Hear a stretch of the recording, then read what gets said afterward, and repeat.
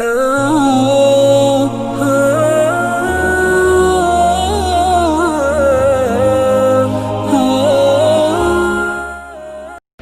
now have the time for the question and answer session. To derive maximum benefit from the program, which is Ask Dr. Zakir, we will have some strict guidelines regarding the question and answer session. First of all, please kindly state your question briefly and to the point. Only one question at a time may be asked. If you do wish to ask a second question, you'll have a chance to go to the back of the row and await your chance to ask the second question. If there are any non-Muslim brothers or sisters, they will be given first preference to ask the questions. So contact one of the volunteers and they will put you to the front of the line. We have 3 mics available in the auditorium. 1 to my left for the brothers, 1 in the center of the auditorium, and 1 in the back for the sisters. Lastly, we kindly request that you state your name and your profession before putting forth your question. So once we're ready, we will have the first question from the front mic from the brothers. Good evening to everyone. I am a security guard by profession from Central Africa, Cameroon. I have been leading people to go to the washroom and to go to the prayer room also. And then this little boy, he came and I led him to washroom, and he now said he wants to discuss something with me. When I opened up to him, he tried to convince me to become a Muslim. That is good for me. And I asked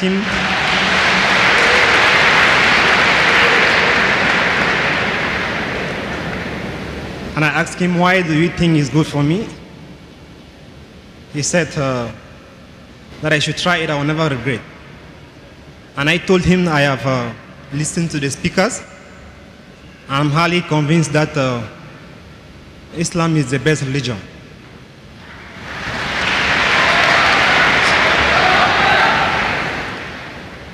So I want to become a Muslim. MashaAllah. The brother was asked by a young Muslim, and that gives an example, MashaAllah, that age is never a barrier. And I know that more than 50% of you may not have spoken to a non-Muslim, and this young boy, I think his age may be 6 years, 7 years? 12 years, MashaAllah.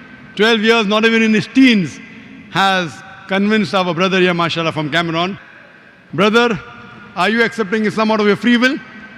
Do you want to accept Islam out of your free will? Yes, sir. Is anyone forcing you? No one is forcing me, sir. MashaAllah. It's out of your free will. Do you believe that there is one God? Yes, there's only one God, sir. Do you believe that Prophet Muhammad is the last and final messenger? Yes. Inshallah. So I'll just say in Arabic and you can repeat that, inshallah. Ashhadu. Ashhadu. Allah. Ilaha. Illallah. Illallah. Wa ashhadu. Anna. Muhammadan. Abduhu. Wa rasuluhu. I bear witness. That. There is no God. But Allah. And. Prophet Muhammad. Is. His messenger and servant. MashaAllah. You're a Muslim, MashaAllah. May Allah reward you. And I pray to Allah subhanahu wa ta'ala that may He guide you. And I pray to Allah subhanahu wa ta'ala, may He grant you Jannah. And I pray also that may that youngster, MashaAllah. And I request the brothers that whenever you meet a new Muslim, be kind to him, be patient with him, and whatever help they require, inshallah. And there are many organizations here in Dubai. If you require any information regarding Islam, you're most welcome to contact them. Jazakallah, brother. We'll have the next question from the sisters' mic. Assalamu alaikum, Sheikh. There's a sister here who was convinced and she also wants to make her shahada. MashaAllah, I thought it was a question and answer session turned into a shahada session. Yes. Sister, what's your name? My name is Eddie from Philippines. Are you convinced about Islam, sister? Yes, I am. Is anyone forcing you to accept Islam or it's of a free will? No, it's my free will. Do you believe there is one God? Yes, I do believe. Do you believe that Prophet Muhammad is a messenger of God? Yes, I do believe. Inshallah. I'll say in Arabic and you can repeat, sister. Inshallah. Ashhadu Ashhadu Allah Allah ilaha ilaha illallah illallah wa ashhadu wa ashhadu anna anna Muhammadan Muhammadan abduhu abduhu wa rasuluhu. wa rasuluhu. I bear witness I bear witness that that there is no God there is no God but Allah, but Allah, and Prophet Muhammad and Prophet Muhammad is is the messenger the messenger and servant of Allah. and The servant of Allah. the Sohapidhala. MashaAllah. Sister, you have become a Muslim, alhamdulillah. And I pray to Allah subhanahu wa ta'ala that may He grant you Jannah. And if you have any queries, any question about Islam, you are most free to ask the local organization, or you can go to our website www.irf.net, and surely you can contact the local people here for having more knowledge of Islam. You can read the books, and I pray to Allah subhanahu wa ta'ala to guide you and to grant you Jannah. Congratulations, sister. We'll have the next question from the brothers' mic in the center. My name is Rajesh. I work for an IT company. First, I would like to say Assalamu alaikum. Sir, you are a versatile personality and you have knowledge of all the religion. And always you have said there is one and only Allah, and Prophet Muhammad, peace be upon him, is the last messenger, with the references and help of Hindu books. So now my question is, what about millions and billions of Hindus, Sikhs, Jain, Buddhists they are praying at? Does their structure exist, or there is only Allah and the Allah? Thank you. The brother asked a very important question. He says that he has heard my talk and I speak of different religions and I try and prove that there is only one Allah and Prophet Muhammad is the final messenger, not only from the Quran, from the Hindu scriptures, from the Christian scriptures. So the question is, what about the millions and billions of non-Muslims, the Hindus, the Christians, that their structure yet exists? As far as the structure existing, if you go to the scriptures, all the scriptures that came before the Quran, in the passage of time, they have been manipulated, there has been corruption, there has been concoction. Therefore, if you apply the rule of logic and science, no scripture will pass the test except the Quran. But the beauty of all this is that even though the scriptures of the other religions have been changed, whether it be the Vedas, whether it be Ramayana, whether it be Mahabharata, whether it be Bhagavad Gita, whether it be the Bible, whether it be Dhammapad, what we realize that even in the changed form, even in the corrupted form, there are remnants. There are many verses which speak about the oneness of Allah subhanahu wa ta'ala, about Tawheed. Even though the scriptures have got corrupted, there are parts which yet say that Prophet Muhammad is the last and final messenger. So what I say, that if they do research, and if they really want to be a good Christian, as Jesus Christ, peace be upon him, said, it's mentioned in the Gospel of John, chapter number 16, verse number 12 to 14. I have many things to say unto you, but ye cannot bear them now. For he, when the Spirit of truth shall come, he shall guide you unto all truth. He shall not speak of himself. All that here shall he say. He shall guide you to truth. He shall glorify me. So here Jesus Christ, peace be upon him, is telling his followers that there is a messenger to come, Prophet Muhammad. If I give you the message now, you will not be able to grasp it. When he comes, he will guide you to all truth. So if a Christian has to be a true Christian, he has to follow the teaching of Prophet Muhammad sallallahu alaihi wasallam. Same thing with the Hindus. There are many references of Muhammad sallallahu alaihi wasallam besides Tawheed. It talks about the Kalki Avatar, the final messenger to come, Prophet Muhammad sallallahu alaihi wasallam.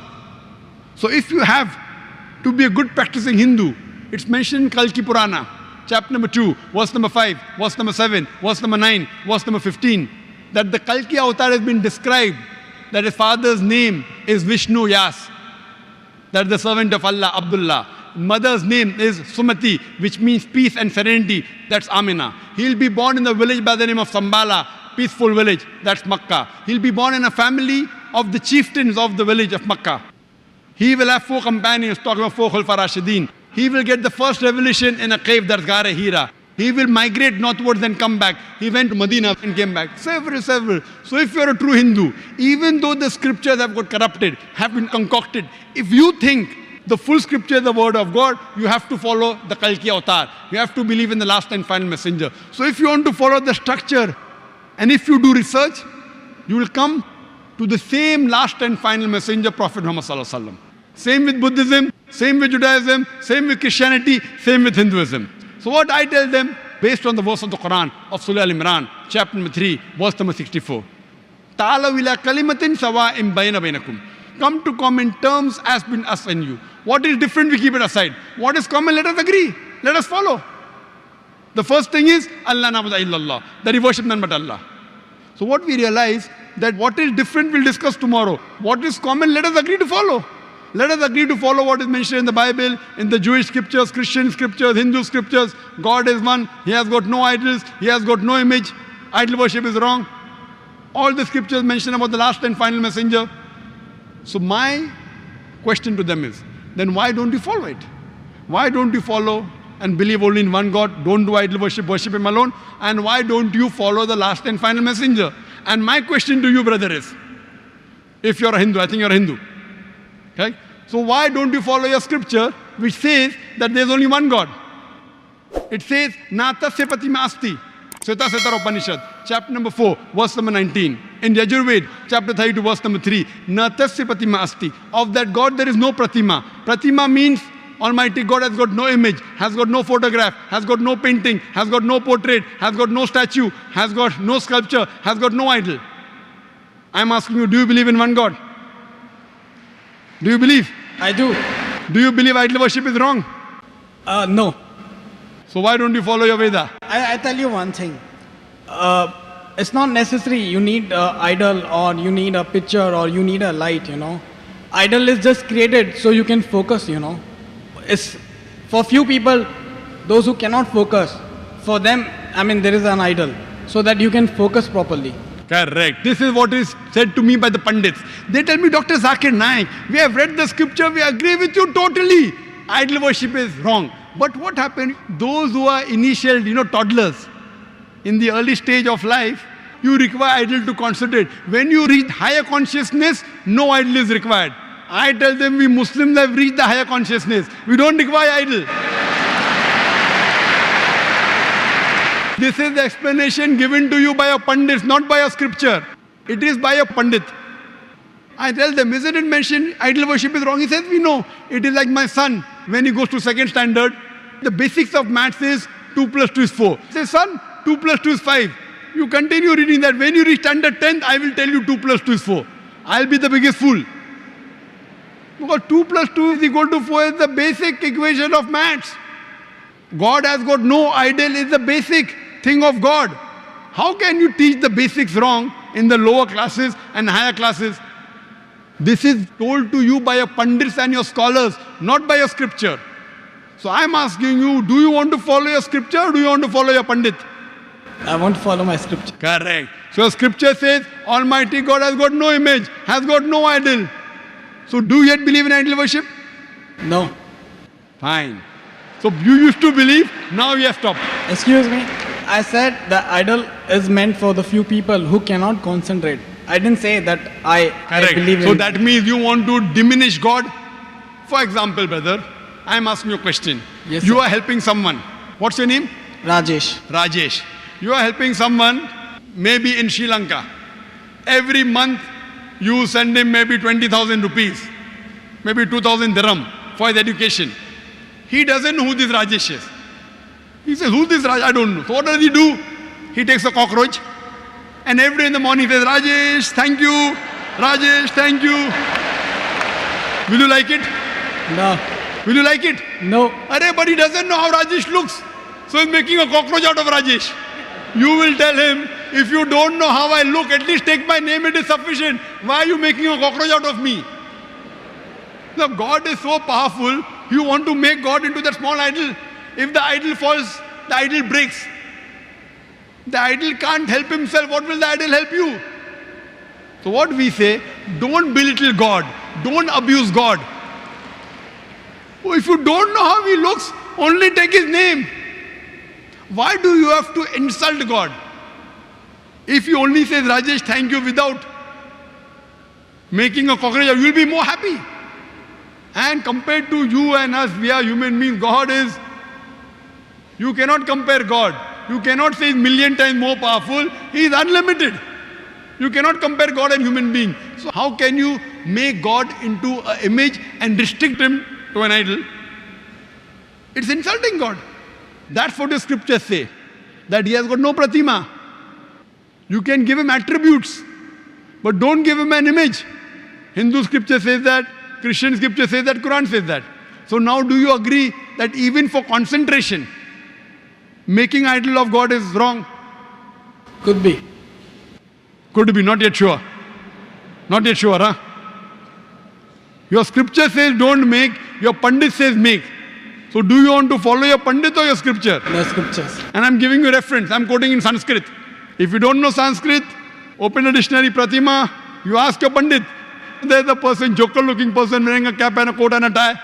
He is quoting scripture. Is it right? If you can't find the book, you can go to our center in Bombay IRF. We have all these scriptures. So I'm trying to get you closer to your scripture. So now you convinced that idol worship is wrong. See, my question was, what about millions and billions of people who are following Hinduism and Jainism, Brother, Buddhism? millions of Does billions. that exist or not? Okay, I agree with your thing. We should not do idol worship. But my question is, what about millions and billions? They have sentiments. They follow so much. So does that structure exist or it doesn't exist? The structure exists, but it is wrong structure. The structure what So they are you taking- mean to say everybody should follow Allah? Everyone should follow the Creator. See, But then, why don't you say mention Allah. only Allah? Why Because- can't we say God? Why can't we preach very- more about peace, love, humanity? Very good. Why don't Rather than we talk about Hinduism. Why don't I say God? I'll come to it. We'll come one by one. One question at a time, no problem. My plane is early in the morning, so I can stay. Why not call God? You know why? Because God can be played around with. Allah cannot be played. If you add S to God, it becomes God's. There's nothing like plural Allah. Qul huwallahu ahad. Saying Allah one and only. If I add D-E-S-S to God, it becomes goddess, female God. There's nothing like male Allah, female Allah. You cannot play mischief with the Arabic word Allah. You can play mischief with the English word God. If I add father to God, becomes Godfather. He's my Godfather, he's my guardian. There's nothing like Allah Abba or Allah Father in Islam. If you add mother to God, becomes Godmother. There's nothing like Allah Ammi or Allah Mother in Islam. Allah is a pure Arabic word. You cannot play mischief. Same way, Khuda. You can have Khudadar. Ishwar becomes Parmeshwar. All these words can be played around with. You show any other word which cannot be played around, I will use it, no problem. It should not go against the definition of Allah subhanahu wa ta'ala. I'm saying in Arabic, but when I speak to non-Muslims, I sometimes use God. Knowing very well that God is not the appropriate translation of Allah. But while translating even in Shahada, I'm using the word God. Knowing very well it is not the correct definition. You are talking about, what about the millions and billions of people? Do they have the structure right? Brother, millions will come later on. I am bothered about you first. I am bothered about Rajesh. The million people, God will tell me when you met Rajesh, why didn't you speak to Rajesh? Million people will come to later on, whether right or wrong. Fine, I am asking you, brother. I am bothered about you. I am concerned about you because I love you. Thank you, thank you. So I love you, therefore I am asking, are you convinced idol worship is wrong? Yeah, I did say yes. Yes, very good. Are you convinced that the last and final messenger is Prophet Muhammad, peace be upon him, according to your scripture? I don't have much knowledge, whatever. I listen more to you. I've read about your book. You listen more to me than your scriptures. No. I've read many scholars. I hear them, their cassettes, their videos. So I'm a little confused, I don't know whom to believe, whom not to believe. But there are millions and billions of people, So I don't know whether, I'm born in Hindu family. So it's very difficult to transform or to convert or to change. But I was just confused, because you always I've seen that with examples of Gita and our books, you try to prove that there is Allah and there is Prophet Muhammad, peace be upon him. So I was just confused. What about us then? What we are praying at? Are we praying wrong way or what? Or we just have to, follow you, what you say? Don't follow what I am saying, follow what God is saying. In your scripture, there's something like Shashtang. You know Shashtang? Shashtang in Sanskrit means 8 parts of the body. So the right way to pray in Hinduism is touching the 8 parts of your body. In Islam, our beloved Prophet ﷺ said that when you do sujood, you touch your forehead, you touch your nose, you touch your 2 hands, your 2 knees, and the 2 feet. 8 parts. In your Hindu scripture also, the real way to pray is Shashtang, touching the 8 parts of your body. Don't get confused. I am giving you from your scripture. I want to remove your confusion. I am asking when your pandits speak, tell them, go and check up. Don't just follow me blindly. You say you listen to my speeches, you feel the speeches are logical. So when it is logical, when you go to school, teacher tells you 2 + 2 is 4, she convinces you agree. So sir, when both the books are saying same, both the religions are saying the same. So why can't we speak about peace and love rather than talking about one religion? That's what I'm talking about, peace. That follow one God who is your creator. If you want to get peace, you can only get peace by following the commandments of one creator. Though the religious books are different, what I'm trying to point out the commonalities. I'm not criticizing Hinduism, I'm not criticizing Christianity. I can give a bigger speech of differences between Hindu scriptures and Islamic scriptures. I can give a bigger talk and a longer speech on differences between Bible and Quran. But my aim is not to spread enmity, my aim is to spread peace. So because my aim is to spread peace, I am taking the commonalities and telling you the common point of both these religions, both these scriptures is believing in one God. I am trying to spread peace. Islam means peace acquired by submitting your will to God. The ultimate peace is not only no war. No war, no fighting is only temporary peace. The ultimate peace is peace of mind, peace at heart, and peace in the next life. What I'm trying to propagate is not only peace in this world, peace in the next life. That's the reason I'm trying to get all the different human beings and telling them, do little research, spend little time, try and understand who our creator is, try and submit your will to this creator. What I request you to do is submit your will to Almighty God. Follow the instructions of the last and final messenger, and then inshallah you'll get total peace. Thank you. Hope that answers the question. Next question from the sister's mic. Assalamu alaikum. Brother, this sister is from Botswana. Her name is Kay. She insists that she will not ask on the mic, so she's asked me that I should ask for her. But I made her stand so that you know that this is the sister whose question it is. She wants to know, why do Muslim men rarely smile? Is it prohibited in Quran to smile? Only men. Sister asked that why do Muslim men rarely smile? Sister, I am a Muslim man. And you can see a white smile on my face. MashaAllah, I can see many men out here. I can't see the ladies. So I cannot tell ladies are smiling or not now. At least the men in front of me, most of them are smiling, MashaAllah. Maybe the picture they see on the television, on BBC and CNN, a Muslim with gun, wearing a turban, terrorist. So maybe she's seeing too many, maybe movies of Hollywood, or maybe Bollywood, or maybe watching these channels. But MashaAllah, see here I'm giving a religious talk. I'm smiling, and hope you can see on the screen. And even the Muslim men, MashaAllah, here are smiling. So it is a misconception that if you're religious, then you can't enjoy life. If you are religious, you can enjoy life, but enjoy it according to the commandments of our Creator. Don't enjoy in the wrong way. People think if you want to enjoy life, you have to have wine, women and wealth. It's a misconception. Wine is not required. The woman floating around is haram. Yes, woman as a wife, legal wife, with permission of the Creator, no problem, enjoy. Therefore the Quran says in Surah Rum chapter 30 verse 21, Allah subhanahu wa ta'ala has put love and mercy between the hearts of the husband and wife. Wealth also, you enjoy wealth in the right way. So sister, in Islam, nowhere does the Quran say that you should not smile, you should not laugh. Yes, the Quran says do not laugh at others. Quran says in Surah Hujurat chapter 49, verse number 11, that let not one group of men laugh at the others. You may never know that the latter may be better than the former. Don't let one group of women laugh at the other. You may never know that the latter may be better than the former. So laughing and mocking at others is haram, it's prohibited. But laughing with others is permitted. So don't laugh at others, laugh with others. Hope that answers the question. And you should not joke at others. If it's for a reason which is legitimate, no problem. Hope that answers the question. The next question from the brothers mic'd on my left. Hi, my name is Rahul. I'm a banker by profession. I just wanted to ask you one thing. Like, ever since I have the sense of religion, we have heard that God is one, and we are hearing it again as the God is one. But just now we had two people going as per you call Shahada or what. What you call is there is no God except Allah.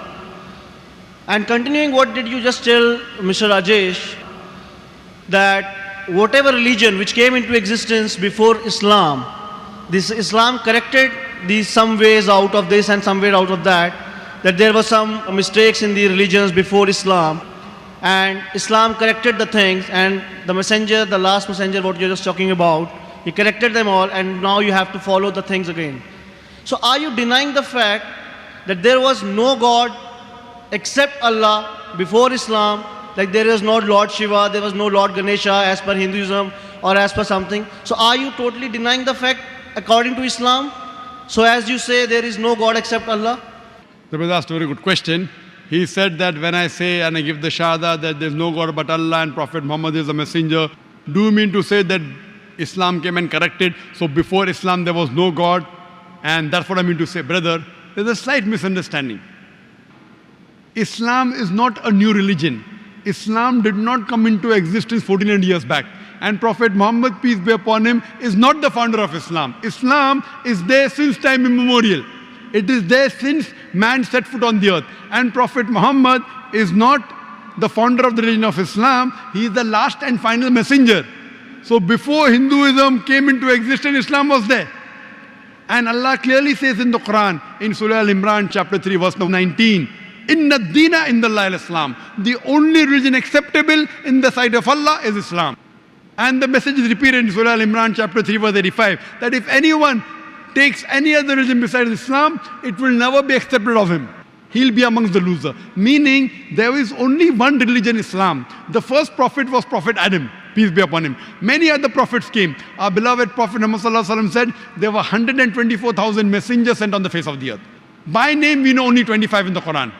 Adam, Abraham, Noah, Moses, Jesus, Muhammad, peace be upon them all. Now, by name, I know 25 only in the Quran. You may tell me that, don't you believe in Ram? Don't you believe in Krishna? I say, I don't know. Were they prophets of God? I say, I don't know. Maybe they were not. Maybe they were, maybe they were not. Because they are not mentioned in the Quran, I don't know. Maybe they were not. But all the messengers that came before the last and final messenger, Prophet Muhammad, peace be upon him, they were sent only for those people at that time. Their message was time-bound. But because Prophet Muhammad, peace be upon him, is the last and final messenger, his message was not meant only for the Muslims or the Arabs, it is meant for the whole of humanity. That's why Quran says in Surah Anbiya, chapter number 21, verse number 107, وَمَا أَرْسَلْنَاكَ إِلَّا رَحْمَةً لِلْعَالَمِينَ, that we have sent thee not, but as a mercy to all the creatures, as a mercy to all the worlds, as a mercy to all the human beings.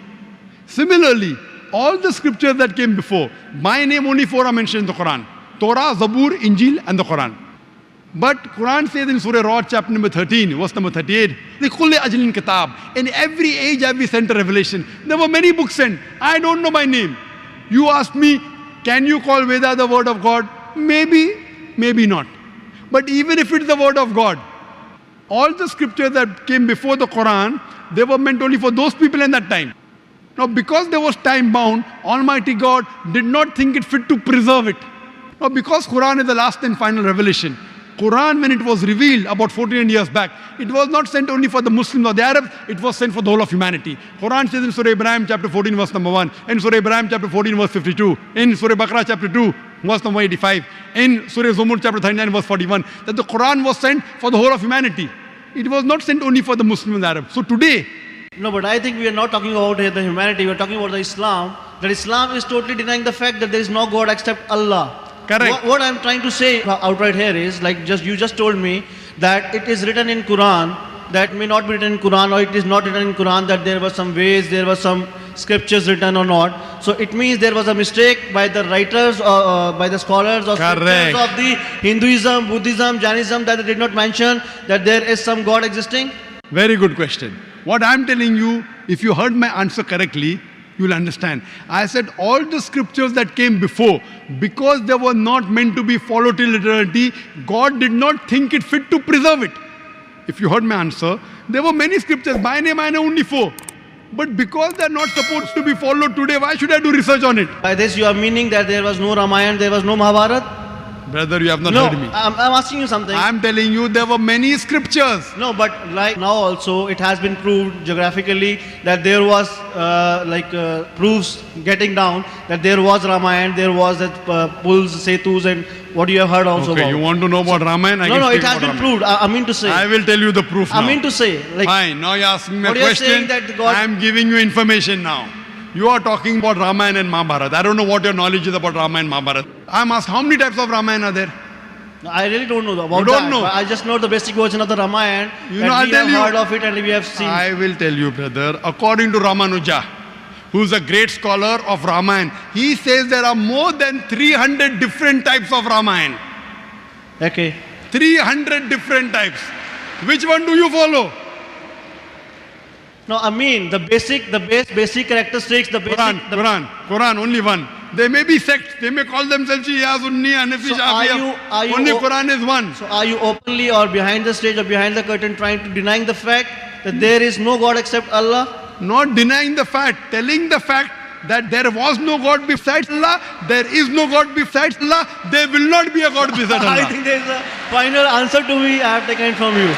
Thank you very much. But coming to your question, you fail to realize that Islam is not a new religion. Islam No, is there. I have my due respect to the Quran, to the religion, Islam Correct. religion. There is no doubt about the Quran. There is no doubt about the Holy Messenger and everything else. What I'm my trying to only tell you- concern before the start, at the end of the session, the only concern was, are we denying the fact that there is no God except Allah? So you are totally saying that there is Hindus have no lords, Buddhism has no. Even Hinduism says the same thing, brother. You That's what haven't I'm heard saying. Even Hinduism says, Na tasya pratima asti. Of that God, there is no image. We cannot challenge the sentiments of the Not millions of challenge. Hindus. By challenging the sentiment, if you're going against the instruction of your creator, you are not obeying him. You cannot say, I'm sentimental, therefore I'm to kill anyone. I'm sentimental, I'm to insult anyone. No, but you are insulting God. But instructor never told us also this thing that you cannot pray me by creating my idol or something like It is that. mentioned. This is the internal sentiment of the Not this internal. follower. It is mentioned in Yajurved,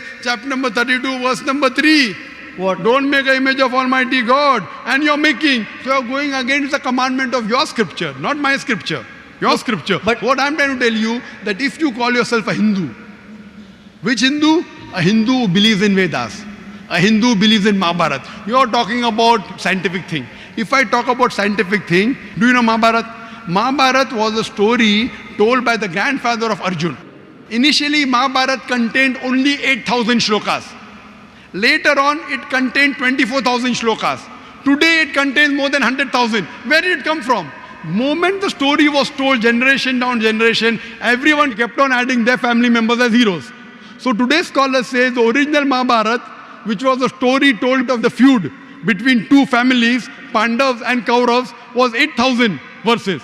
Today it's 100,000. Where did the 92,000 come from? No, I think we swayed away from what we were discussing. Not swayed away. So therefore, this Mahabharata has got interpolation. Not me. The Hindu scholars say that. The Hindu scholars, if you read, they say it's an interpolation, not Dr. Zakir. I read their books, but I'm enlightening you. Your Pandit may not be telling you. And what I'm telling you, you're talking Mahabharata. You know Kurukshetra. Do you know where Kurukshetra is today? Yeah. Do you know how big it is? Yeah. How big? Your Mahabharata tells that there are Akshahoni. When he started from morning till night, he was keeping on riding the chariot.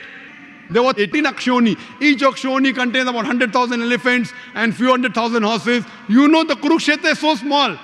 Where can it fit? Suppose I tell you, in this hall, 1 million people came for my lecture. You will tell Dr. Zakir Naik is a fool. I think that Brother. Kurukshetra has been geographically Brother. attained the name of Kurukshetra now. Brother. At that time, the whole area was called as Kurukshetra. So I Brother, think, have you read Mahabharata? I've not read, but I have heard of it. This is the seen problem. of it. You have heard, I have read. I am giving you reference. I am a person who is a medical doctor. I am telling you, brother, you have diabetes, don't touch sugar. But I have heard somewhere having sugar is good for diabetes. I said, brother. No, I was giving you answer for what just you said, that 1 million horses cannot be bounded in this small arena or whatever. I said... Not horses. Not horses. Audience. Horses don't come to listen to my lecture. I'm sorry to everybody else otherwise. You are calling the audience horses. No. My answer was to you like that time. The Kurukshetra was not defined as an area. It was defined. It is defined in the Mahabharata. The area is defined. The boundaries are given. Today, if you find out, not bound, even in the scriptures. The scripture says what it is. Yes, geographical location. Scripture says what was Lanka. 50 miles away from my home. From your home, but do you know your scripture? Your scripture is miles away from your mind. Because I think we are swearing off from what you are discussing. Not swaying, I'm telling you scientifically, if you do research, you come to know there is so much of concoction, there's so much of interpolation. I'm not here to criticize the scripture. Now, because you're talking about scientific proof and logic, I'm coming to that. No, that's what I'm saying. The more you speak about science... Discussing, my only concern was, like, if you also believe that before Islam there were scriptures, there were God mentioned in it, there was everything mentioned in it, then why are we denying it today that there is no God except Allah? My question to you is, Islam is there since time memorial. So where is the question of before Islam? No. Before Islam there were no human being. When human being came, Islam was there. So where is the question of saying before Islam? I think this is So your knowledge of Islam is less. You may think Islam came into existence 1400 years back. You know Hinduism, Hindu scriptures, the scholars say, majority say, Hindu scriptures came into existence 4,000 years back. Islam did not come 4,000 years back. Islam is there still time immemorial. We don't know how many years, millions and millions of years.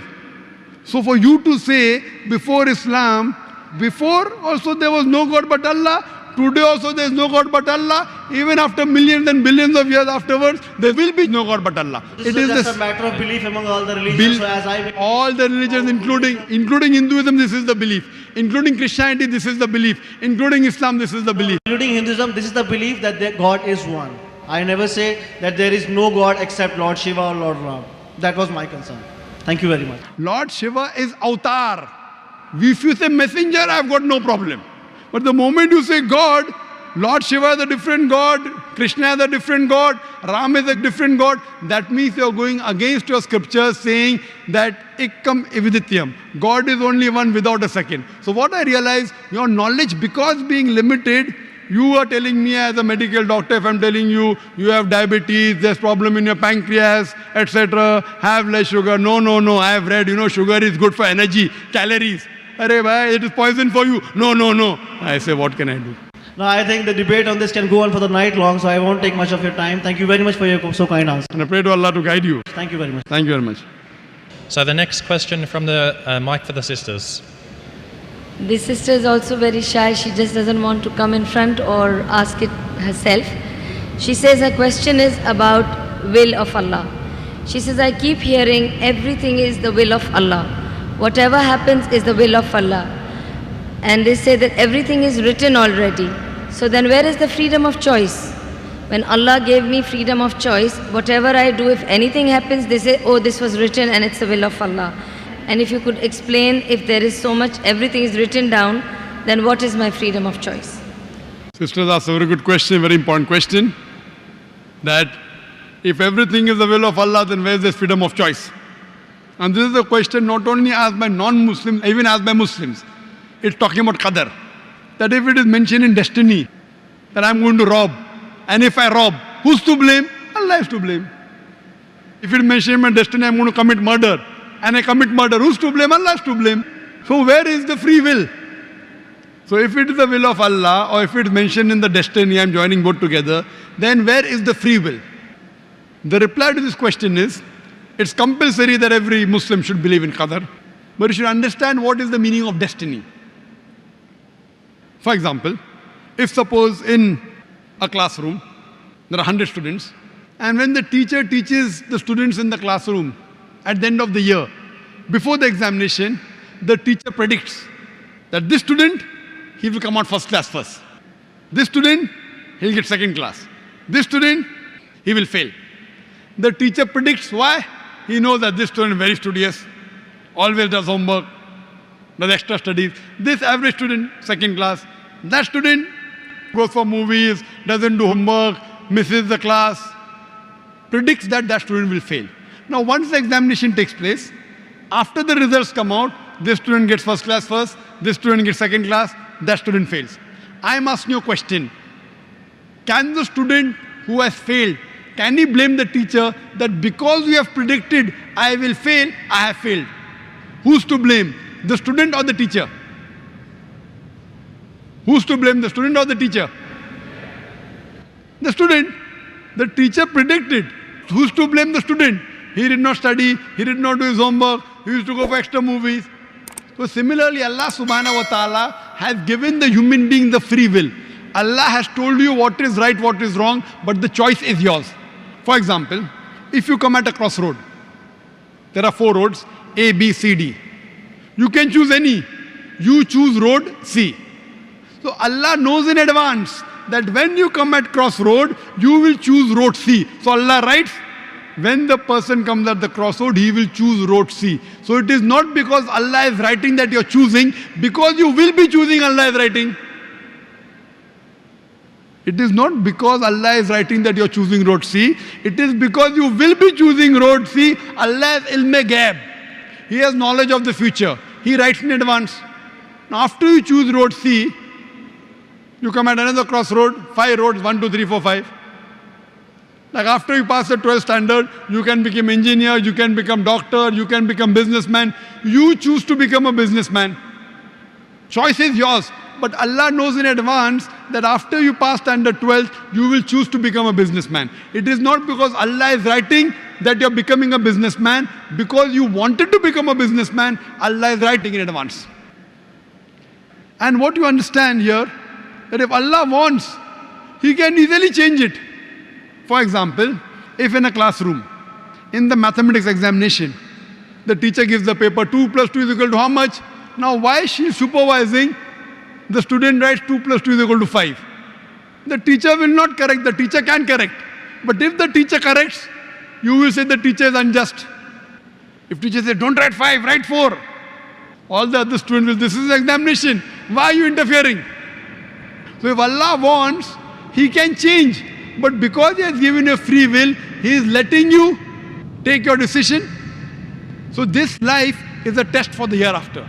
As Allah says in Surah Mulk chapter 67 verse number 2, Alladhi khalaqal mauta wal hayata. It's Allah who has created death and life to test which of you is good in deeds. So this life is a test for the hereafter. Allah has given you and shown you the rules, what is good, what is bad. Then He's given you a free will. It is your choice. Allah does not interfere in your free will. He can if He wants.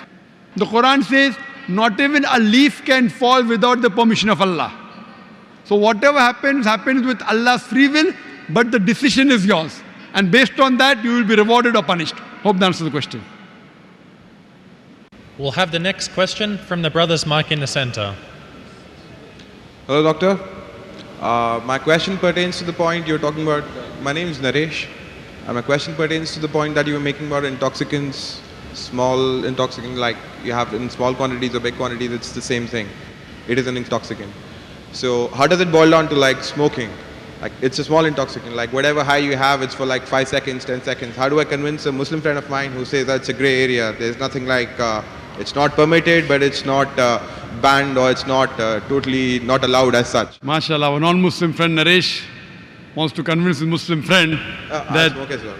As far as smoking is concerned, he said what intoxicates in large quantity is prohibited in small quantity. That's the hadith of beloved Prophet Muhammad Sallallahu Alaihi Wasallam. Sunan Ibn Majah, volume number 4 in the book of intoxication. Book number 30, hadith number 3392. But this, as far as smoking is concerned, all type of smoking is not intoxicants. But I know ganja, charas is intoxicant. So that falls in the intoxicants. But if it is not intoxicating, previously there was a fatwa amongst the shuyukhs. There's a hadith which says that don't have onions because it smells. So when you go for salah, don't have onions, it has got bad breath. So based on that hadith, people used to say that smoking is makruh because it smells. Because of lack of knowledge of science. Today, we have come to know that tobacco in any form, smoking, chewing, etc., is the second largest cause of death. The first largest cause of death is alcoholism. Several millions of people die every year. It is the single largest cause of death. More than terrorism, more than war. Every year, millions of people die. The second largest cause of death is tobacco. According to World Health Organization, every year, more than 4 million people die only because of tobacco. Now, based on this, there's a verse of the Quran in Surah Baqarah, chapter number 2, verse number 195, which says, do not make your own hands the cause of your own destruction. That means committing suicide or causing self-loss is prohibited. So based on this verse, today we come to know smoking is nothing but slow poisoning. So based on this verse today, there are more than 400 different fatwas from different parts of the world that smoking is haram, tobacco is haram. Only in India, where I come from, there the scholars say makruh, because many have tobacco, so they say makruh. But today, Saudi Arabia, Egypt, many parts of the world, there are more than 400 fatwas saying that smoking and tobacco in any form, nicotine is haram. So Islamically today, smoking is haram based on the verse of the Quran, Surah Baqarah chapter 2, verse number 195. Do not make your own hands the cause of your destruction. So tell this to your friend, give the reference of the Quran, inshallah he'll be convinced if he's a good Muslim. We'll have the next question from the brother's mic. Just one question I have. You told me, we heard about that the Vedas say that don't make any images of the God. Yeah. Whoever worships anything which has been created throws himself in darkness, right? The difference between Bhagwan and Allah is that Allah says that if you worship anyone apart from me, I will punish you forever and ever, and I will not spare you of this sin. But nowhere in Hinduism's books would you see that Bhagwan is saying, okay, if you worship anything apart from me, you will be put in Narak, which is the Hindi word for hell, forever and ever. Now why I'm saying that to you is, the concept of God in Islam, Christianity and Judaism is the same, in which he feels bad if anyone worships anything else apart from him. But the concept of the other side of the religions, which is Hinduism, Buddhism, or those sides, the concept of God there, I think, is more, the God of those religions is more large-hearted, because he doesn't say to you that I'm going to put you in hell if you don't worship me. Although I understand that it is wrong to worship idols, it is wrong to worship created things. But I do feel that because that, I somehow feel that, you know, Kulhu Allahu Ahad, Allahu Samad, Lam Yalid wa Lam Yulad. Basically, God, there is nothing like him, right? So why in the Quran or the Bible or the Jews' scripture, we are attributing a human feeling to God that, let us say, my father gives me everything, he gives me all the money, and I give that money to the poor people, right? Now one day, if I forget my father, yeah, so my father will feel bad. But this is the human nature. God is more large-hearted than that. Even if I don't worship him, he should have no problems. You know, he should not put me to hell, because that's egoistic. Egoism is a part of human nature, not of God, is what I feel, according to my understanding. Brother Rahul is an old friend of mine, mashallah. Whenever I come to Dubai, no question answer session goes without him asking a question. He's following me since many years. When I came in 2005, when I came last year, and yesterday night, we had a good session for a couple of hours. And though he didn't mention his name, he's Rahul, mashallah. And we pray that may Allah guide him. Inshallah, may Allah give hidayah. And he asked very good questions. Always difficult questions, very good questions. I like it, it's a challenge for me. He asked me new question. I like challenges. And always I say he asked a good question. This is one of my last questions, sir. One of my last questions. Last question before you accept Islam. One of my last questions. Before you accept Islam. Clarify this. It just struck me. Actually, he told me he will not accept Islam in public, so I don't know problem. No, it's okay. Will you clarify me on this? I'll clarify with you And I won't ask you to accept Islam in public. We have done that yesterday. Sir, Islam is a glorious religion and it's given me a lot of peace and I can say many good things about it, but please clarify. And you told, I'll clarify. You told me you have spent more time studying Islam than what you spend time in getting your degree of engineering. It is right. That's right. And I enjoy it more. Therefore, I enjoy your questions also. The brother asked a very good question, very attacking, very tricky, difficult question, that he understands that all the religions, Christianity, Islam, Hinduism, say there's no God except one God, don't make images, don't make idols. But Islam goes a step further. He will forgive any other sin except the sin of shirk. Surah Nisa chapter 4 verse 48, Surah Nisa chapter 4 verse 116. But in Hinduism, nowhere does it say that if you do shirk, Allah will not forgive you. Before I ask you a question about large-heartedness, nowhere does the Quran say that if you commit a murder, Allah will not forgive you. Brother, nowhere does the Quran say that if you commit murder, Allah will not forgive you. Does it mean that I will go and commit murder? Brother. Repeat again, sorry? Nowhere does the Quran say that if you commit murder, though it is the second largest sin in Islam, in the major sins, number 2 is committing murder of an innocent human being. Yes. After shirk is murder. Though the Quran says in Surah Ma'idah chapter 5 verse 32 that if anyone kills any innocent human being, unless it be for murder or for creating corruption in the land, it is as though you have killed the whole of humanity. But nowhere does the Quran say that if you commit murder, Allah will not forgive you. Allah will never forgive you. Does it mean that I will go and commit murder? No. Yeah, enough. Same way, when the Vedas don't mention that if you don't do shirk, Allah will not forgive you, you should not do shirk. I understand. Very good. You are an understanding person. I'll come to the large-hearted one afterwards. I haven't answered your full question. I've only answered the first part of your first question. I'll come to your large-heartedness afterwards. Yeah, I mean... I'll come to it. That's fine. Yeah. But I like, cutting down the questions so that you understand better. Yes. Or if you understand, the other people also should understand. You're an intelligent person, I know that. Sure. MashaAllah, engineer done from UK. That's what he told me yesterday. Now coming to your part of large-heartedness. Yeah. That in Islam, if you don't do this, I'll punish you. That is a human nature. That if the father gives money to the son, son gives in charity, tomorrow the son doesn't ask about the father, so father feels bad. It's human nature, I agree with you. God is far superior, I agree with you. Yes. So why does God feel bad? Yes. Very good question, very intelligent question. Inshallah, you will get convinced. I won't ask you to accept Islam in public. Oh, sure.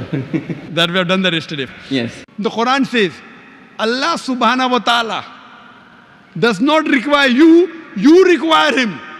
Now coming to the question. Now I'm making your question more easy. Mm-hmm. Why we have to say Allahu Akbar, Allah is the greatest? Allah asks you to say Allahu Akbar, Allah is the greatest. Tomorrow if you don't say Allah is the greatest, do you think Allah will become less? No. No, yeah. Whether you say or not, Allah is already the greatest.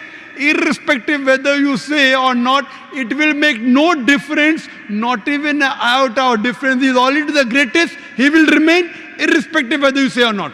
Why does he ask you to say that is the question. The question is, Allah subhanahu wa ta'ala knows the human psychology.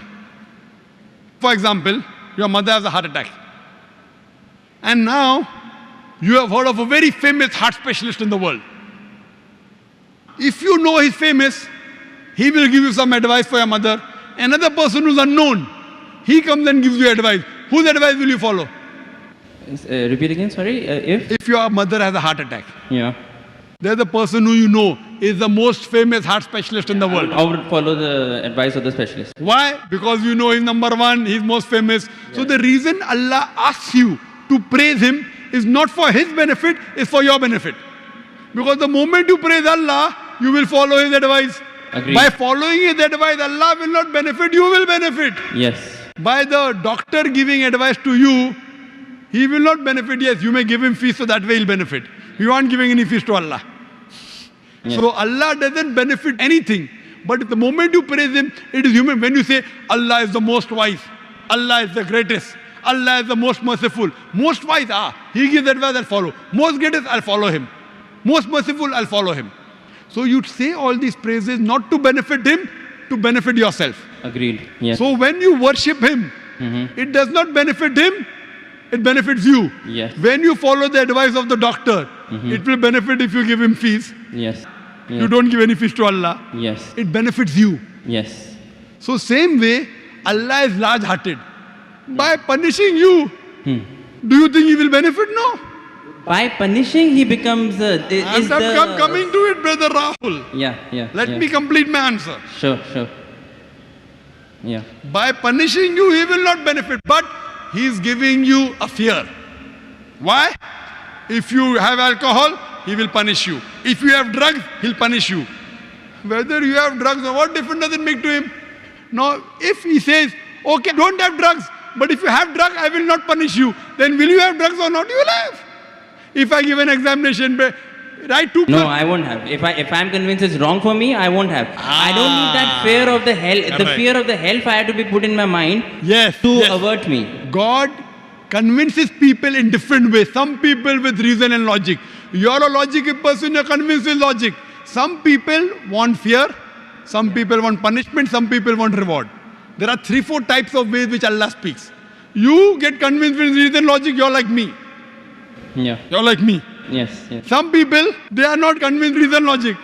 Leave logic. I'll get reward, I'll do it. I'll get punishment, I'll stay away. So लेकिन सच क्या है होता क्या है reality में is the fear is it reality वो होएगा yes I'll tell you reality is that the hellfire is there and the punishment is there. Brother, right? let me complete the answer. Yeah. Will you allow me to complete the answer or you will? Yes, please. Let me complete. I'll give you a chance. Ji. I'll give you a chance to say that you are convinced. Yes. But before I complete my answer, you're interjecting. Sure. Yeah, please. After I complete, I'll give you a chance and ask you. Sure. Yeah. Now, there's a teacher taking an examination. 2 + 2 is how much? 4. Convinced? Now, there are some people, the teacher says, okay, now in the examination, those who write correctly will get plus point, will pass. Those who don't write correctly will fail. Now, when the teacher is telling hundreds of things, it's difficult for everyone to remember. But if they what you remember, you write. If you write correct, I'll pass you. If you write wrong, I'll fail you. So now the student starts memorizing. He starts like you passed your engineering. You are afraid of failing. Yes. If you wouldn't have studied, you would have failed. So if teacher says, no problem, even if you write wrong, I will give you part degree. Will you study? No. Though you're logical, you understand Boyle's law, you understand trigonometry, you understand chemistry, but to remember, you have to stay awake, you have to slog. Teacher says, no problem, you understood? You write in the examination, right or wrong, 2 + 2 is 3, I will pass you. Will you study? Well, it depends. I won't, but probably someone who is more sensible would study you. to learn some knowledge. Correct. If the teacher says, now your aim is to get the degree. Yeah. Once you understand, if you fail, you won't get the degree. Yeah. So here Almighty God speaks logically. Some people logically it doesn't make a difference whether hellfire is or heaven is there. Other people, you do it, you get a reward. Like when you speak to your child, sometimes you speak logically, sometimes you say, I'll give you a chocolate. Yes. Sometimes, ek lafa marunga. Yeah. I will give you 1 slap. Yeah. So this is what God knows the psychology of the human being. He's our creator. Sometimes logic, sometimes reasoning, sometimes reward, sometimes punishment. But once he says, he has to follow. He can't lie. Once he says, he has to follow. So he's trying to convince you. Suppose your son. Yeah. I know you're not married. Yeah. I know you're not married. Inshallah, one day when you get married. And if your son. Yes. And your son, inshallah, I'll marry a Muslim, inshallah. Yes, inshallah. So your son, when you have a son, 5 years old, he wants to jump from 10th floor. You say, my son, don't jump, you'll die. I want to jump. You will die. No problem, I want to jump. 1 slap you will give him, right or wrong? Yes. You will tell him, I'll slap you. Yes. Yet if he wants to jump, you will slap him. A father is cruel to be kind. Is your intention to hurt him? No. Your intention is to hurt him little so that he prevents from the bigger hurt. Yes. So here if he says, no, I'm only acting. Maybe for little time you will think, I'll punish you and you don't punish him. But if he wants to jump, you will not wait till he jumps. You will give him one tight slap. The same way God here, he tells you this is good, this is bad, this is reward, this is punishment. And once he says something, he's honest. In Islam, God is the most kind. He wants the human being to improve. The other God, okay, no problem. Even if you write wrong, I'll pass you. What kind of a teacher is this? Suppose tomorrow, there's a student studying with you. He writes wrong answers, you slog, you stay awake in the night. This person plays hooky, enjoys, writes everything wrong, and the teacher says both get first class first. Will you be happy with the teacher? No. Why? You are a very unkind person. Very cruel. Unkind, not a good human being. I am wrong. Because you believe in justice. So besides God being kind and merciful, He is also just. Imagine someone rapes your sister, rapes your mother. God says, no problem. I'll forgive. On the day of judgment, won't you tell God? Why did you not punish? Okay. No, that's okay. I'm talking about God being egoistic on His own He self. is not egoistic at all. No, but He is saying if you do shirk, then I will put you in hellfire forever and ever. I'm not saying that He should not punish wrong deeds. But He is putting on His own self that if you associate partners with me, along with worshipping me, if you worship someone else, even then I will not forgive you. That's the right thing. That's egoism. If the doctor says, if suppose the heart specialist tells your mother, see, this is a good thing, have only this medicine, nothing else. Someone else says, okay, have this medicine also. So that heart specialist tells you, if you mix it with something else, the mother will die. So will you listen to somebody else or not? Will you listen or not? Heart specialist saying, don't have anything else except this sorbitrate. Keep it below your tongue. Yes. Now another doctor comes, I'm a very good doctor. You don't know him also. Will I you listen to heart specialist? Correct. Yes. Heart specialist specialized, but God is a bigger heart specialist. So heart specialist you want to follow. You don't want to follow your creator who's created your heart. What kind of no, sir, wait. Let me complete. Yes. Let me complete. Yes.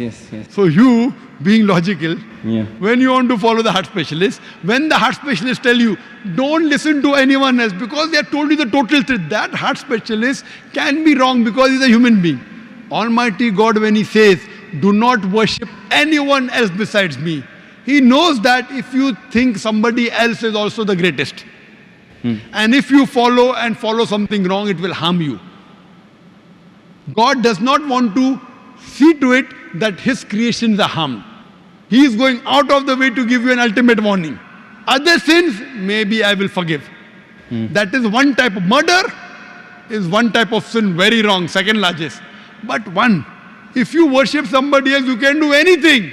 You can start murdering, you can start having drugs, you can start raping. It's too dangerous. This is the guidance. It is complete. Because He is the creator, He knows no one else is the creator. Now someone else tries to behave like a creator when God knows no one else can create you. It is very dangerous. That's the reason He says that following advice, worshipping anyone, obeying anyone as the creator, not obeying normally. Normally you want to obey a father, no problem. Obey a mother, no problem. Going against the commandments of Almighty God. Worshipping somebody else. That is what I'm trying to find out. Is that the right God? Who is saying that if you associated partners with me, I will never forgive this sin? You are taking, it's a catch-22. I am questioning whether a God who thinks like that, is that the correct God? Correct God. You are saying He is the correct God, hence Why? He knows. Why? Yes. I have checked up with science. This Quran passes the test. When I put science to your Hindu scriptures, it fails. Yes. When I put science to Bible, it fails. So even if I agree with you with my earlier question, maybe this is ambiguous, fine. 80% is proved to be 100% correct, 20% is ambiguous. Inshallah, logically, even this will be right, if I have to put that way. But the other way, if a doctor who solid... Stronger argument would be that 100% is correct. 100% of it is proved that it is correct. If 20% ambiguous is there... I'll tell you one thing, brother, your mind hasn't reached that level. My mind hasn't reached that level. Right. The science hasn't reached that level. Maybe 100 years afterward, 1,000 years after, it will be proved 100% correct. We are limited. The problem is in you and me, not in the Quran. Similarly, but a person who's very powerful, a person who's a heart specialist, he knows his stuff very well. He'll be sure. Do this, nothing else. A person who's not sure, okay, have this medicine also, have that medicine also. So person who's cocksure of himself, like the Creator Almighty God, He will give this commandment. Now he's cocksure. You are not cocksure about Him that He's the Creator. Yes. Once you're cocksure, you will follow. I am cocksure that this is the word of Almighty God. You aren't. Yes. So once your research gets complete, Yes. you know very well that the other scriptures don't pass the test. Yes. I challenge you to get any scripture that you know of which is even close to the Quran. No, this is the strongest scripture that that's for sure. So when you know, Yeah. I can't ask you to accept because you know we spoke yesterday. Right, okay. But when you know it is the thing, then the ego is in you, not in Almighty God. The ego is in you. I don't have ego. And I pray to I Almighty told God. you all the ones I have read, this is the strongest. I pray to Almighty God. You know, because I love you, Rahul. Yes, I love you too. I love you. That's the reason I pray to Almighty God to give hidayah. You don't have to proclaim. You asked me yesterday, do I have to proclaim? I said, no, you don't have to proclaim. Yeah. So I think that you are a person who submit your will to God, and may God guide you, and may you get a good submitting Muslim life partner. Thank you. Thank you. The next question was due to go to the brother, so we'll have the next question from the front mic. Good evening, Dr. Nayak. This is Sanjay Thakkar here. First of all, with all due respect to all my Muslim brothers and sisters here, before I ask my questions, I would like to ask your kind, make a statement first.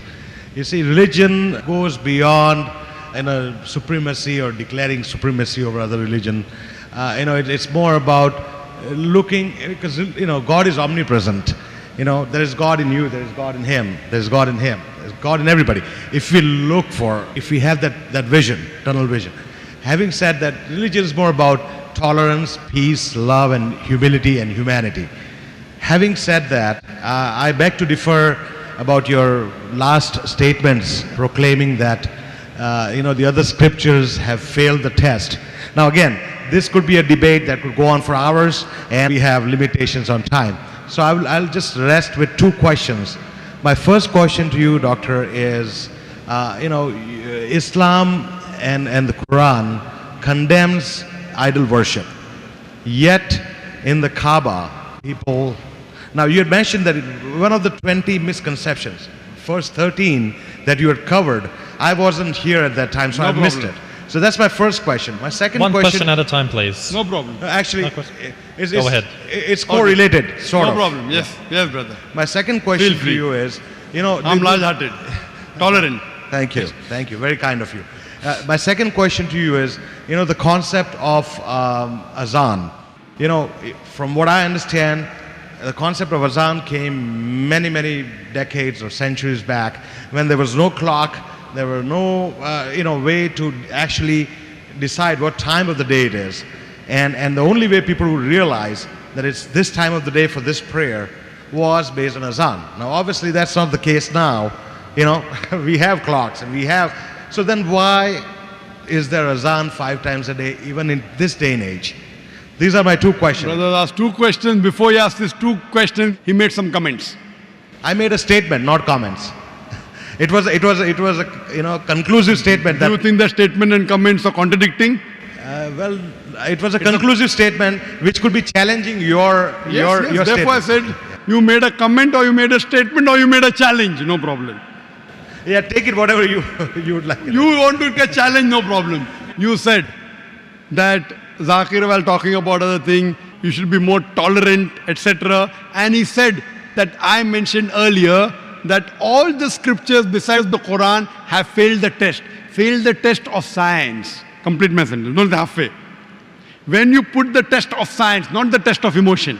So you quoted me half. I said if you put all the other scriptures the test of scientific facts, all the scriptures have failed except the Quran. You told me we can have a debate for us together. I am not here. I can rattle off verses from the Vedas and from the Hindu scripture which are scientific. I don't want to do it. If you want to see, you can see my debate with Dr. William Campbell talking about Bible and Quran. Why I did that? He wrote a book saying there are 30 scientific errors in the Quran. And for 8 years no Muslim replied. I went to Chicago. I had a dialogue. I answered all his questions. And I posted 38 scientific errors in the Bible. He could not reply to one. I have had debates with many of your scholars, not you, Sri Sri Ravi Shankar, many, said to be number 1 in the world. Now when I've spoken with them and they could not reply, now you are telling I'm wrong. No, I'm not. I didn't say you're wrong. You said you can have a debate for 5 hours. I'm not interested. When I had the debate with the best and they could not last for half an hour, do you think I'm a fool to have a debate with you for 5 hours? Well, limitation of time. You're Yes. prejudging my intelligence. I'm not prejudging. Many people, they tell me, Dr. Zakir Naik, we want to debate with you. You're not the only one. Many people. You know what I tell them? If you want to debate with me, you should have a following. If you can get 10,000 people minimum, yeah, there are about 20,000. Someone told me. Now, if you can get 10,000 people for your talk, you are worth debating. I'm not judging intelligence. If you're a person who has a following, I don't want to make you famous. If I have a debate with you, you will be seen by 100 million people. You know that? Now, let me complete my answer. What I tell any non-Muslim, many hundreds of non-Muslim want to debate with me, I tell them, there are hundreds of Hindus who I know, hundreds of Christians who I know. When they speak, they have more than 10,000 people for the audience. Shri Shri Ravi Shankar, Ramdev Baba, Christians, Billy Graham, Franklin Graham, Morris Cerullo, Benny Hinn, all these people, they have 10,000, 20,000, 50,000, 100,000 for the gathering. You convince them and give your material to them, let them debate me. They will never take your material knowing very well it will not stand the test. These are scholars of your religion. What I tell you, if you really feel you have strong material and you really think you have intelligence, give this material to a Hindu who you consider to be best. Okay. And who has a following. If you say, I want to debate with you, I used to do that earlier. Now, anyone, whether good, bad, ugly, whether he's intelligent or not, if he can gather 10,000 people, that means he has a following. He's not doing it for fame. And then we will have a public dialogue. For you, you can have a dialogue with my student. When you're coming to Bombay, tell me. I have got hundreds of students. Fair enough. Many. Fair enough. You know, we have students in our school. We have many people. And they love it. So the list goes, you want to debate? Come to Bombay. Give me the time. 1, 2, 3, 4. We have many. Fair enough. Right? May I have the answers to my questions? I'm coming. Thank you. But because you made a challenge before, the challenge is more important than the answer. The answers I've already given many times. I'll come to it. So this is your assumption. This is what I say. I'm not here to criticize it unless someone forces me to. That I said because Rahul was arguing so much. That's why I said. Otherwise, in my talk, I'm not here to criticize any religion. Thank you. I'm That's what I very wanted to tolerant. hear. That's what I wanted to hear from you. Because see, religion is beyond criticism. It's beyond... But you have to call a spade a spade. If you say, why is the teacher saying 2 plus 2 is 3 is wrong? That teacher criticizes. He's not criticizing. If someone is forcing, no, I'm right. 2 plus 2 is 3. 2 plus 2 is 3. You see, just because somebody else's perspective does not agree with yours, because he's following a different religion or sect, No religion. 2 plus 2 does not is... mean that that person is wrong. 2 plus 2 is equal to 4 is a universal fact. Now someone comes from the village and tells me 2 plus 2 is 3. मैं प्यार से बोलूँगा. I'll tell him with love. But yes, if he insists, I said, no brother, it's enough. So because I'm in this field, alhamdulillah, I'm not here to criticize, but someone forces me to criticize. Okay, give me one example of unscientific thing. I can give you. I don't want to hurt the other Hindus. I want to win them over. And Allah says in the Quran, in Surah Fussilat, chapter 41, verse number 34, that you get them closer with love. Win your enemy, don't defeat them. So all these people, I'm winning them over. I'm not defeating them. Neither do I want to defeat you, I want to win you, brother.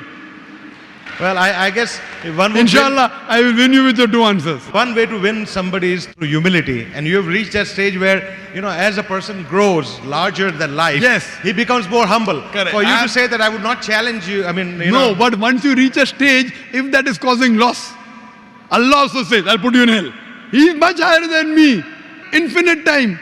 But that does not mean it should go against the message. Humility doesn't mean that me being humble to you, I'm giving a wrong signal to millions of people. Then it will be injustice. I can't be humble. Okay, 2 plus 2 is 3. Very good, son. Other 1,000 people will start calculating 2 plus 2 is 3 because Zakir has said. That's not humility, that is injustice, dishonesty. Right? Now coming to your questions. Thank you. The first question the brother asked is, which he said it comes in the first 13. It was the 11th most common question or misconception in the mind of the non-Muslim, that if Islam is against idol worship, why do you bow down to the Kaaba when you offer salah? No Muslim ever worships the Kaaba when you offer salah. Kaaba is the Qibla. It is the direction. we Muslims, we believe in unity. Now when we offer salah, suppose you want to offer salah here. Some will say let's face north, some will say south, some will say east, some will say west. For unity, Allah says in the Quran, Surah Baqarah, that wherever you are, face towards the Kaaba. So Kaaba is the Qibla, it is the direction. So we are facing in that direction, but no one worships the Kaaba. Previously, the Muslims were the first people to do the world map. And Al-Idrusi, 1154, he drew the world map. North Pole down, South Pole was on top. And Kaaba was in the center. The Western cartographers came and they turned the map upside down. North Pole top, South Pole down. Yet the Kaaba is in the center. So if you are in the north, you face towards the south. If you are in the south, you face towards the north. If you are in the east, you face towards the west. If in the west, you face towards the east. Kaaba is at the center. So we pray that as a Qibla, as a direction. No one worships it. Further, when we go for Umrah, or for pilgrimage, or for Hajj, we circumambulate around the Kaaba. You may ask that why do you circumambulate around the Kaaba? Why do you circle around the Kaaba? I do it because it's the command from Almighty God and the Prophet. But the logical reason I can think is because every circle has only one center. So when we circumambulate around the Kaaba, logically I think we are testifying there's one God. Furthermore, if yet you have doubts, if you read the hadith that's mentioned in Sahih Bukhari, volume number 2, in the book of Hajj, chapter 56, hadith number 675, Hazrat Umar, may Allah be pleased with him, he was the second Caliph of Islam, second Khalifa. He said that this black stone pointing at the Hajar Aswad, black stone, it can neither benefit me, it can neither harm me. Just because my Prophet kissed it, I'm kissing it. This statement that this black stone can neither harm anyone nor benefit anyone is sufficient to prove that the Muslims don't worship the Kaaba. Furthermore, at the time of the Prophet, there were Sahabas, there were companions of the Prophet who stood on the Kaaba and gave the azan. No idol worshipper will ever stand on the idol and give the azan. Proving that no Muslim ever worships the Kaaba, it's only the Qibla, it's a direction. Coming to a second question. Hope you're convinced with the first question. Sure I am, thank you. Very good. 50% I won you over. Now next 50%. Your second question was, decades earlier, centuries earlier, there was no clock, no way to keep time.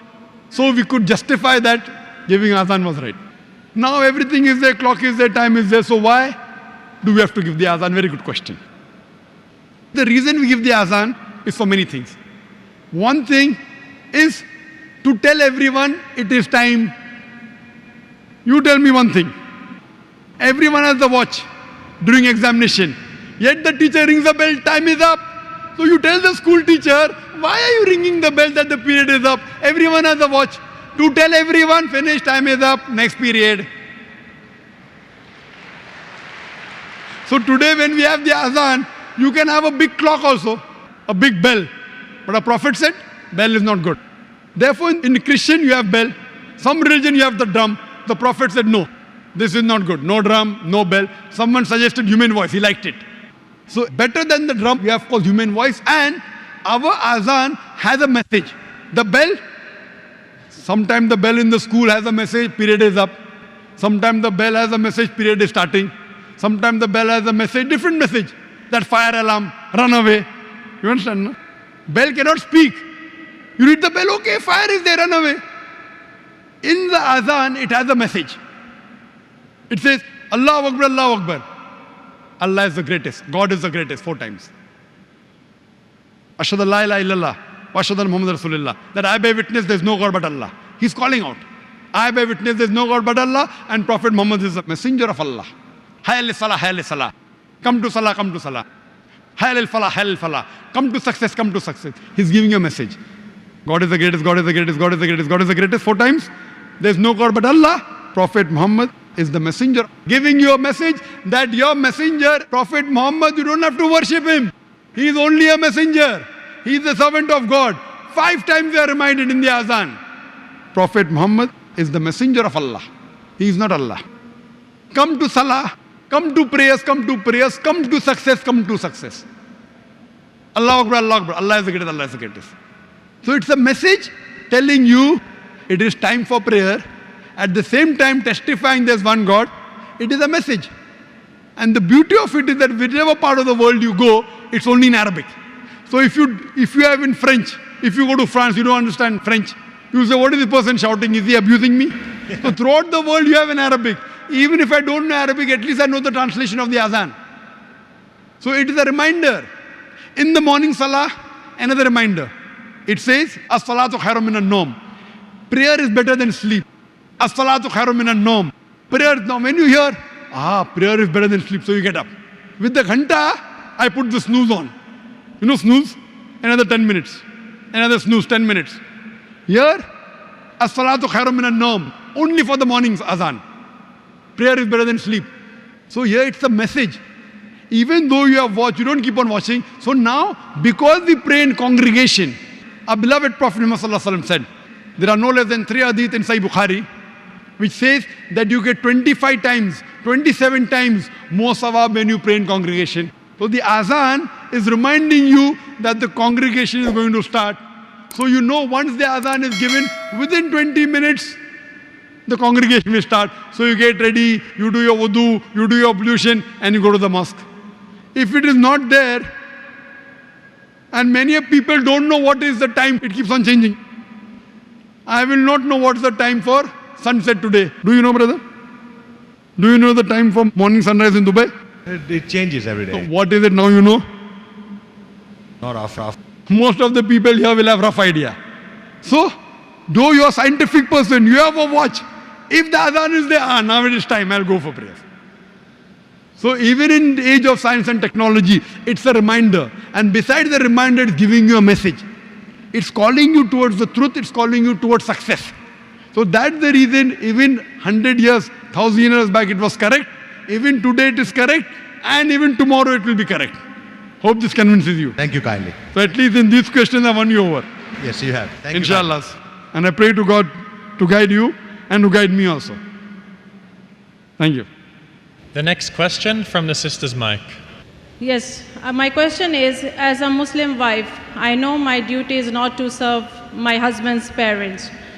But if his mother is living with us and she is heart patient and when he's not around, what is my duty as a Muslimah? Sisters asked the question, I know it is not the duty of a Muslim woman to serve the parents of the husband. But if my mother-in-law is sick and if I take care of her, what is the ruling? Sister, you have a misunderstanding. Where does the Quran say that you cannot serve the parents of your husband? Where does the Quran say that? Is there any verse in the Quran? Is there any hadith that says the Prophet said that don't serve the parents of your husband? Where does it say that? This is a misconception. What you have to realize that there are many duties. It may not be awwal fard for you to serve, but serving the parents of your husband is very good, alhamdulillah. And if your husband says you have to serve, you have to serve. What is the harm? You will get sawab. So there's no question saying that as a Muslimah you should not serve the parents. In fact, if you serve, you will be a very good wife. And inshallah your husband would be kinder to you and you will earn more sawab. So if your mother-in-law is sick, inshallah my advice to you is serve her, take care of her. Inshallah that will earn you many sawab. Maybe it will be one of the important parts of you to go to Jannah. As long as your husband and your mother-in-law do not tell you to do anything against Quran and Sunnah, obey your husband, take care of them. Inshallah that will be one of your pathways to go to Jannah. Jazakallah, brother, because I was very confused. I thought that I was only serving her when I wanted to, and I would not serve her when I don't want to, because it was not my duty. And my husband understand, he would also never say, because he knows that it is not my duty. Jazakallah khair. Do we have any other non-Muslims before we go to the next question? We do at this mic? Okay, go ahead. Hello to you, sir. My name is Mohit and I am employed in an IT company. My question to you is, if there is a judgment day set and after the death everybody has to be taken care of by God and every of their good deeds and bad deeds are to be settled at the judgment day, so why, since the birth, a person is mad or throughout his life he or she is suffering from the disease, and after that, The brother asked a very good question, that if there is good and bad, based on that on the day of judgment God will punish you or may reward you. So what justification it is that some people are born handicapped, some people have congenital defects, some people have heart problem. So is God unjust? Now based on this information, the Hindu scholars, they came up with a new philosophy. If you realize, if you read the Vedas, Vedas speak about Punarjanam. Punar means next, Janam means birth, next birth. Even Quran speaks about next birth, next life.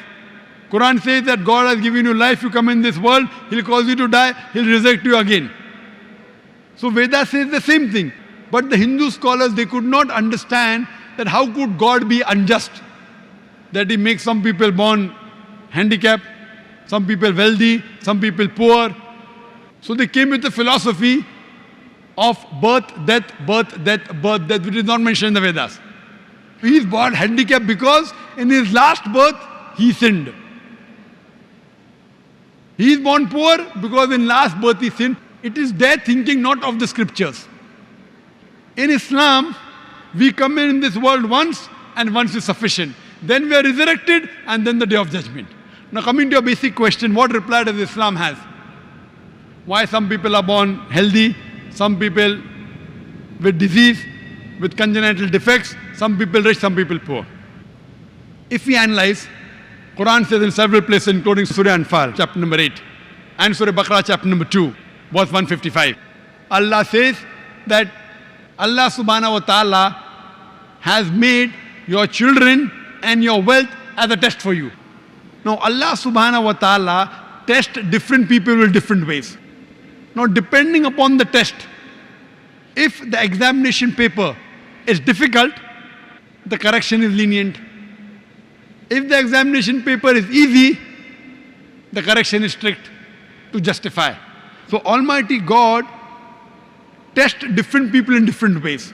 Normally in an examination, every year, the test paper keeps on changing. You don't have the same questions.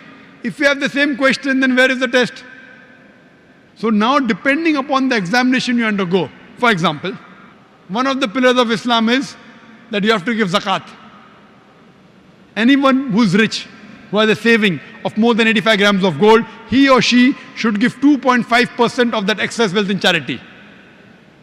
Now one person is rich, for him, he has to give zakat. A person who's poor, he has to give no zakat. So in the zakat category, he gets 100 out of 100. For the rich man,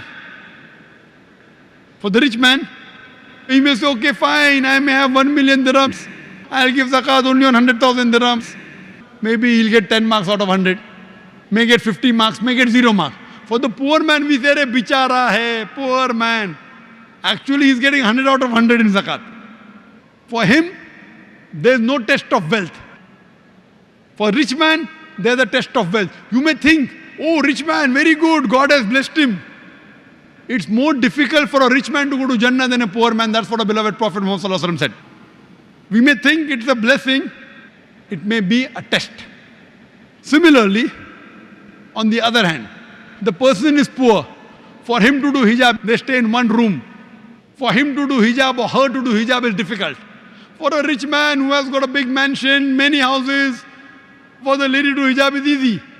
So their hijab is easier for a rich person, difficult for a poor person. So based on the condition, sometimes it's difficult, sometimes it's easy. There are parents who may be pious. Now they have a child who has a congenital heart disease. Maybe God is testing the parents more. Now the parents may say, oh, I've been praying 5 times a day. Why do I have a son who has a heart disease? God is testing them. If really the parents are good, what they will say, Alhamdulillah, at least God gave me a son. So what if he has a congenital disease? Now more difficult the test, higher is the reward. To pass BA is very easy. Graduation in arts, very easy. To pass MBBS is difficult. But the moment you pass MBBS, you get doctor's degree, doctor, DR. More difficult the test, maybe Almighty God wants to put the parents in Jannat-e Firdaus. Almighty God is testing the parents with a son who has a heart disease. Yet if the parents have faith in Allah, it's a test for the parents. Nowhere does the Quran say that if a person is poor, he'll go to hell. It's more easier for a poor man to go to Jannah than a rich man. Nowhere does the Quran say that if a person has a congenital heart disease, he'll go to hell. We feel, oh, bichara hai. For him, actually, the test is easy. We, with our human logic, start thinking, poor man, so poor. Actually, the poor man to go to Jannah is easier. So Almighty God tests different people in different ways. Depending upon the test, the examination, the correction is lenient or strict. That's the reason the Quran says in Surah Nisa chapter 4 verse 40, Allah subhanahu wa ta'ala is never unjust in the least degree. And Allah says in the Quran in Surah Al-Imran chapter 3 verse 185 that kullu nafsin zaiqatul maut. Every soul shall have a taste of death. But the final recompense is on the day of judgment. So based on the test, the final judgment is on the day of judgment. Some reward you will get in this world, some reward you will get in the hereafter. Whenever there is any calamity, it can either be a punishment or a test. If you are on the straight path, that calamity is a test for you. If you are on the wrong path, it is a punishment for you. Similarly, when you get something good in your life, it can either be a reward or a test. If you are on the straight path, that good thing is a reward for you. Or it may be a test for you. Wealth is not always a reward. It is more of a test for you. God is testing you that with this wealth, do you spend it in the way of Allah or not? So based on this, Almighty God tests different people in different ways. Some people are born rich, some in a poor family, some people are born healthy, some people are born congenital defect. Depends upon the test. He tests everyone in different ways, and the final judgment is on the day of judgment. Based on that, Allah subhanahu wa ta'ala puts the human beings in hell or heaven. Hope that answers the question.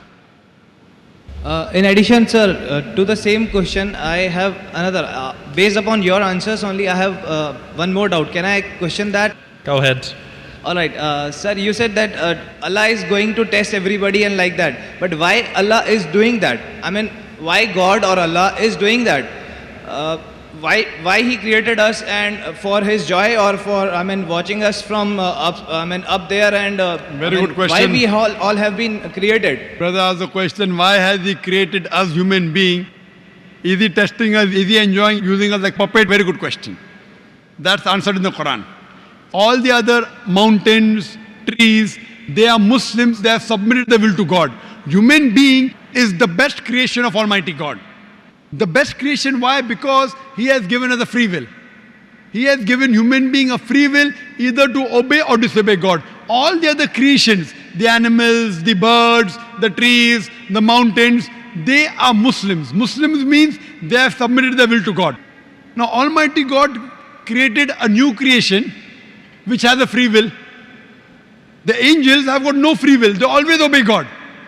Now after a free will has been given to you, you have a choice to obey or disobey God. After a free will has been given to you, and then if you obey God, you become higher than the angels. After a free will has been given to you, and then you disobey God, you become lower. You may become like a Satan.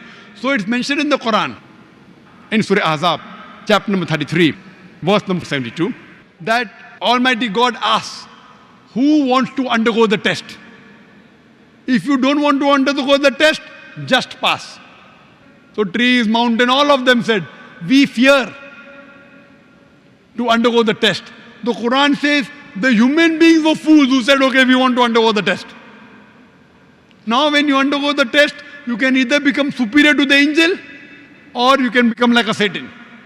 Now, if you don't undergo the test, just pass. So we human beings, all these human beings are the people who said, okay, fine, we don't want to just pass, we want to get good marks, and we are undergoing the test. This is a new creation of Almighty God. Not that you want to enjoy. He is giving you a chance to get distinction. We were fools who said, okay, fine. So not to enjoy, to give you a chance to get distinction, not just pass. Now it is on you and me whether we follow the commandment of Almighty God or not. If you do, you will get distinction. If you don't, you won't get. Hope that answers the question. Wa akhiru da'wana alhamdulillah rabbil alameen. Thank you. Jazakumullahu khaira. That is all the time that we do have at the question and answer session. So may Allah reward you immensely, our dear Sheikh Dr. Zakir Naik. A big thank you. Jazakallahu khaira.